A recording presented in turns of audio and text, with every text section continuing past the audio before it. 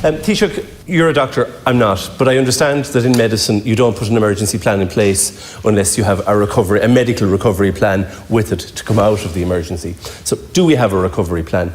Does it set out criteria for when restrictions can be eased in terms of either transmission levels or ICU capacity? If there are criteria, what are they? Have we already reached them? Have we not? Undoubtedly, we are going to ease restrictions somewhat. We don't know what easing there will be, but we will need testing. What level of testing do we need to have in place in order to ease restrictions?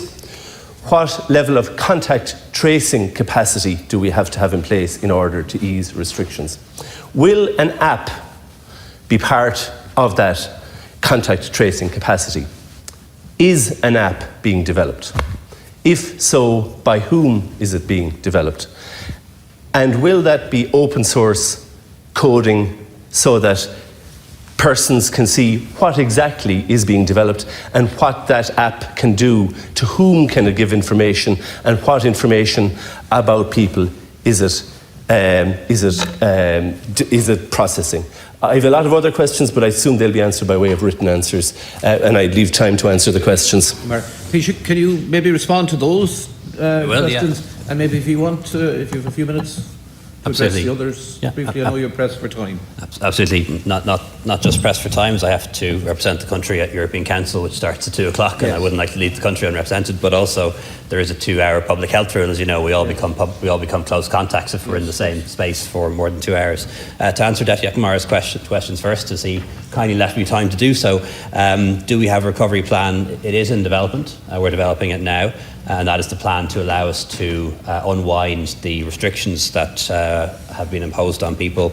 We'd expect to have that well before the 5th of May, certainly before the 5th of May, and be able to share with the public before the 5th of May.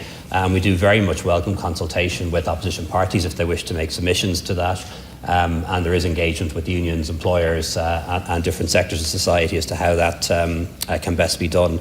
There is an app being developed by the HSE. I don't know if it's going to be ready or not before the 5th of May. Certainly we would like it to be ready before the 5th of May. And I don't know whether it's open source data content. I don't know enough about that area, but I will find out and get back to you about that. In terms of the criteria, they're essentially the criteria set out by the World Health Organization. So there's the epidemiological criteria. You know, are we seeing the number of cases going in the right direction? You know, all of that data going in the right direction, which is important. Secondly, how are we doing in terms of ICU capacity, bed capacity, overall health service capacity? And then as well, do we have the testing and contact tracing in place to respond to a second peak or a return, if you like, of the virus if that were to occur? So they're the kind of criteria that come in. I think another deputy, perhaps Deputy Kelly. So that you could answer the questions rather than repeat them to me. Which question didn't I answer, sorry? What are the criteria in terms of transmission rates? What are the criteria in terms of ICU capacity? And around the app, I mean, I can tell you that the Department of Health are currently saying that it won't be open source, and my fear is that it will lead to a similar fiasco to the Public Services Card, which Philip Alston, the UN Special Rapporteur for Human Rights, said had no lawful basis and obviously didn't have buy-in from the public. We need buy-in for any app that's going to be developed.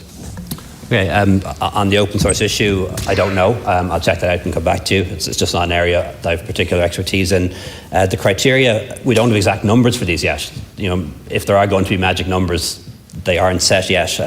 We've no advice on that from NEFID yet.